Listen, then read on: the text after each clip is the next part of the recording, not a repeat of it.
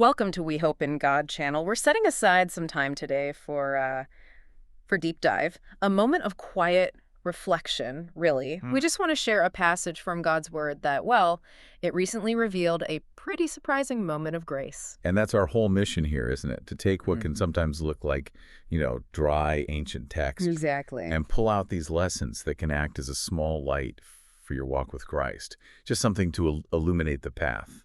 And today, we are looking at something you might genuinely skip right over. I mean, it's military logistics, ancient accounting, basically, from the Old Testament. Not exactly the first place you look for a heartwarming lesson. Not at all. We're in the book of Numbers, chapter 31. But trust me, hidden inside these very specific commands about dividing up the spoils of war, there is this powerful and kind of counterintuitive lesson. It is. It's about God's economy, about shared success, and the humility that's required right after a big victory. It's just a fascinating case study. God is setting up the rules of engagement here, not just for the battle, but for the recovery after the battle. That's a great way to put it.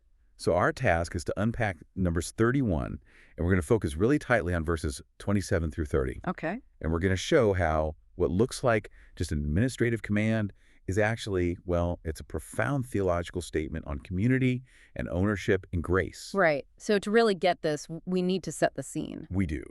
To appreciate the wisdom, you have to remember where Israel was at this point. Okay. They had been rescued by the Lord from slavery in Egypt, a huge, huge miracle. But then right after that, they went through 38 years of intense desert training. 38 years. It's such a long time. A very long time. And this long, grueling season was absolutely essential. It stripped away all their self-reliance. It taught them to look only to the Lord for everything. Their food, their water. Their direction, their defense, everything. Absolutely. So they've just finished this intense apprenticeship in divine dependence, and they're poised right there near the east side of the Jordan River, ready for what's next. And that's when they get a very specific call to action, battle against the Midianites. God commands Moses to call up 12,000 men. 1,000 from each tribe. Very specific. Exactly. 1,000 from each of the 12 tribes to carry out this mission. And this is critical. This was not a war they decided to start themselves.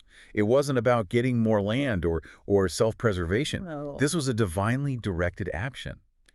And the text makes it clear the outcome was a great victory, a total defeat of the enemy. So they complete the mission successfully, and they come back with just immense plunder, captives, livestock, gold, all kinds of riches. And this is the moment. Yeah, right? yeah. This is when human nature, rivalry, pride, that's when it can really surface. Totally. The heroes return. Who gets the goods? Who gets the credit? And this is where God's wisdom in this command it steps right in. So Numbers 31, verses 27 through 30. It lays out 3 core rules for dividing up all this plunder. Okay, let's start with the first one, because this is the one it's just shocking. It really is. Rule number 1, radical equal division. Radical. The command is divide the spoils equally between the soldiers who took part in the battle and the rest of the community. A straight 50-50 split. Just wow. Half goes to the 12,000 men who risked their lives on the battlefield, and the other half goes to the hundreds of thousands of people who stayed back in the camp. Okay, let's pause right there, because that is the initial puzzle of this passage, isn't it? It has to be. I mean, if you approach this with our modern worldview, risk equals reward, that command seems just outrageously unfair. Of course. If you're one of those 12,000 men, you just walk through a deadly battlefield, you feel like you are entitled to the greater reward. And that initial, that human rational objection, that is exactly what God is challenging here. But before we dive into the why of that 50-50 split, we should probably lay out the other 2 rules. Good idea. Because they show how God establishes ownership and service within this whole system. Right. So rule number 2. This one is about the soldiers' half, and it's what they owe back to the Lord, and it's handled through a very specific channel. Yes. From their 50%, the soldiers had to set apart a tribute. It was 1 out of every 500. 1/500th. 1 out of every 500 people and animals. And this exceptionally tiny amount was to be given to Eleazar, the priest. The high priest. The high priest. And that's important for us to note.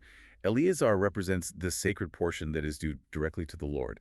So this 1,500th is symbolically dedicated to God alone. That's a key distinction. Okay, and then we have rule number 3. This one is about the other half, the community's big 50% share. Right. And from that large portion given to everyone else, the people who stirred in the camp, they had a much higher obligation. Higher. They had to select 1 out of every 50. 1/5. 1 out of 50 of all the animals and people. And this portion was given to the Levites. Okay, and the Levites were not the priests. No, the Levites were the entire tribe dedicated to the care and the transport of the Lord's tabernacle.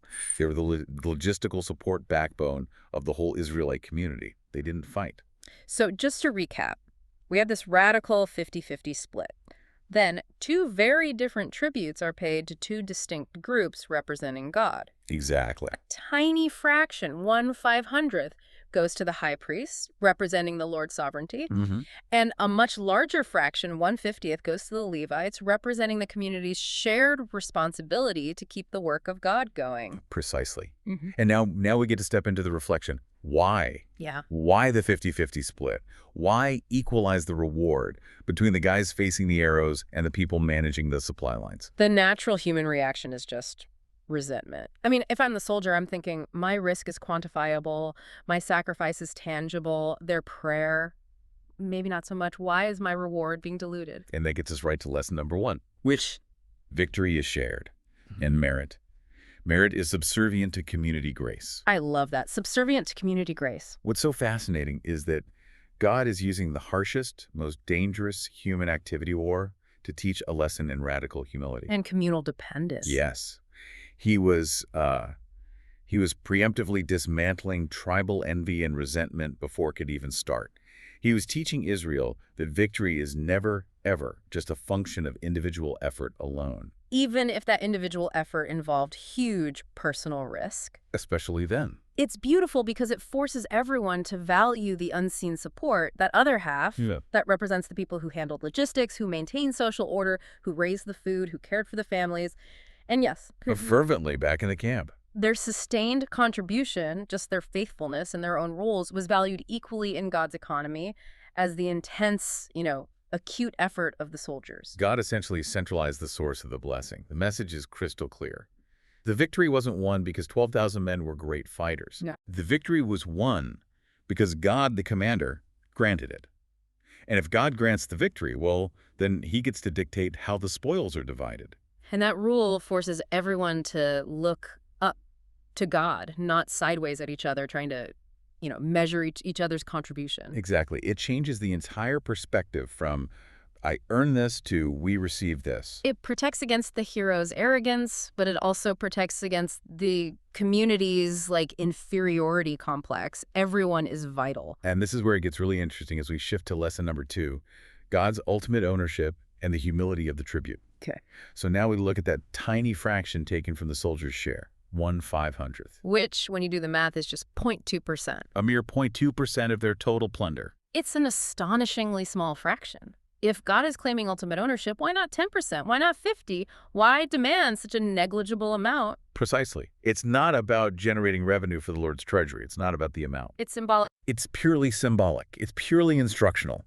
That 1,500th tribute given to the high priest is a mandatory, non-negotiable act of recognition. It's a humility check. A humility check. I like that. They're taking their huge 50% share, and the very first thing they have to do is perform an action that reminds them. This was given to you. Your strength, your talent, your successful return from that battlefield. All of it is a gift from the commander who made this victory possible. It just guards against that human ego that so often comes with great success, doesn't it? Absolutely. The hero returns, chest puffed out, ready for all the praise, and the very first thing he must do is acknowledge with this tiny little fraction that his success was entirely derivative. It was a gift from the sovereign Lord. And if we connect this to the bigger picture, this command forces us to understand that success, at least in the context of faith, is never purely a meritocracy. Right. It's not based on personal effort alone. Never. It's always tempered by the grace and sovereignty of God and the support of his people. That 1,500th is the constant foundational reminder of our vertical dependence on him. And this moves us so seamlessly into the application then, because, we might not be dividing up Midianite livestock today. Hopefully not. But we absolutely experience victories in our lives. Seeing a child make a good life decision, or overcoming a long-standing addiction, or a breakthrough at work, or seeing a ministry flourish. So how does this ancient command translate into our modern achievements? Yes. Well, the translation is immediate and powerfully relevant. Let's start with practical application number 1, intentionally sharing blessings and credit. Okay. The source material basically instructs us to share our blessings with those who prayed for you, who encouraged you, who stood with you, your community of faith. And this sharing, it has to go beyond just a generic thanks, everyone. Oh, absolutely. It means you have to pause. When you receive recognition or when you have some success, you have to intentionally name the unseen support. Can you give an example? Sure. Like when you get that promotion at work, you pause and you acknowledge that, hey, it was the years of sacrifice your spouse made covering things at home that allowed you the time to study or work late. Right. Or maybe you credit the mentors who poured into you for years, or the community group that, sustained you when you were totally burnt out.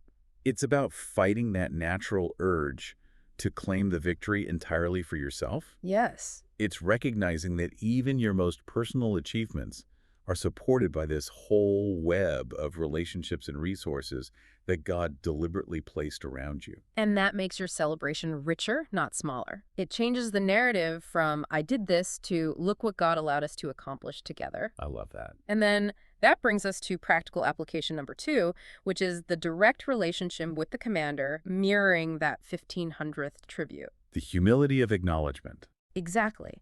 This means giving thanks to the Lord, who fought the battle with you and for you, and doing it with the full understanding that the ultimate source of your talent and your success, it lies outside of yourself. This is like a constant act of spiritual maintenance, isn't it? It has to be. So how do we give God our 0.2% today? It's not necessarily about tithing. That's a different concept. Right. It's the public, specific, verbal acknowledgement that He is the source. So when someone praises you for a successful project, what's your default? Do you just talk about your own hard work, or do you pause and genuinely credit the resilience, the timing, the talent that originated with God? And this passage forces us to reframe that whole thought. The goal is to shift our mindset from claiming my victory or feeling like we're the sole hero to celebrating our victory with God. That's the real essence of the grace we receive and reflect here. It's that constant foundational reminder that we are part of a larger story, both horizontally with our community and vertically with our sovereign Lord. If we can internalize this lesson from Numbers 31, it changes the way we approach success and gratitude and service. It prevents both pride and isolation.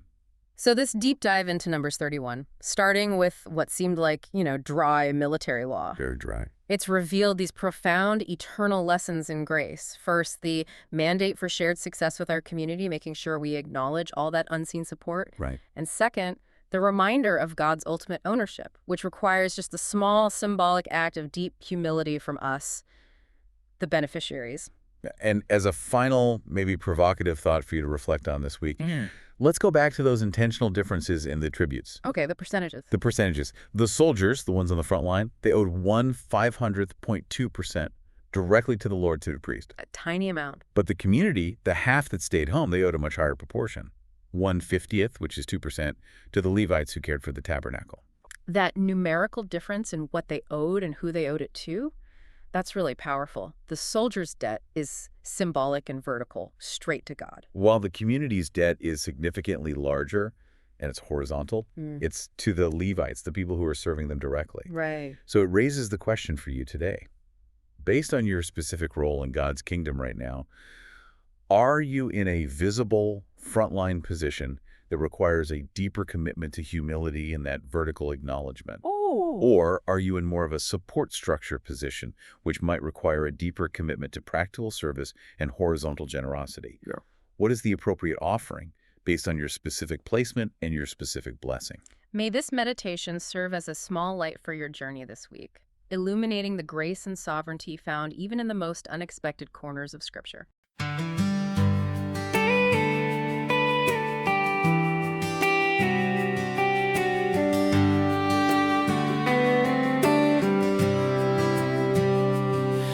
In the desert you taught us to trust,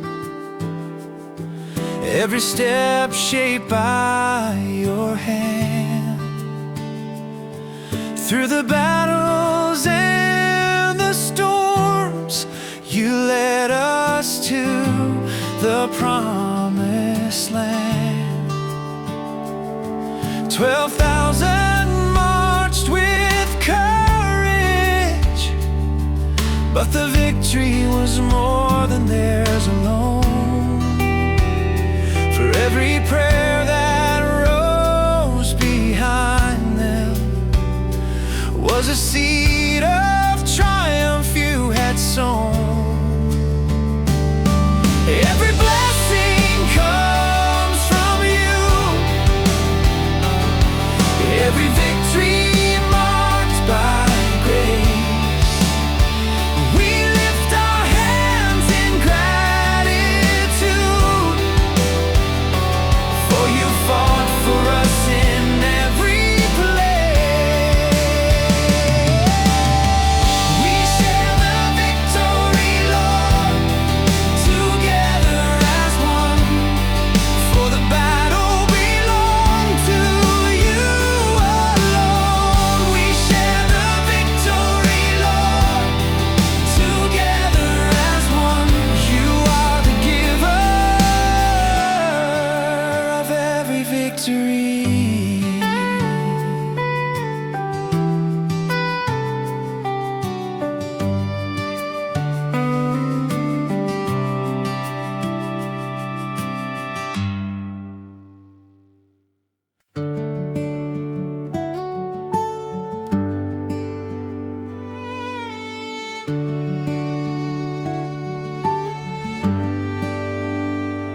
In the desert, you taught us to trust.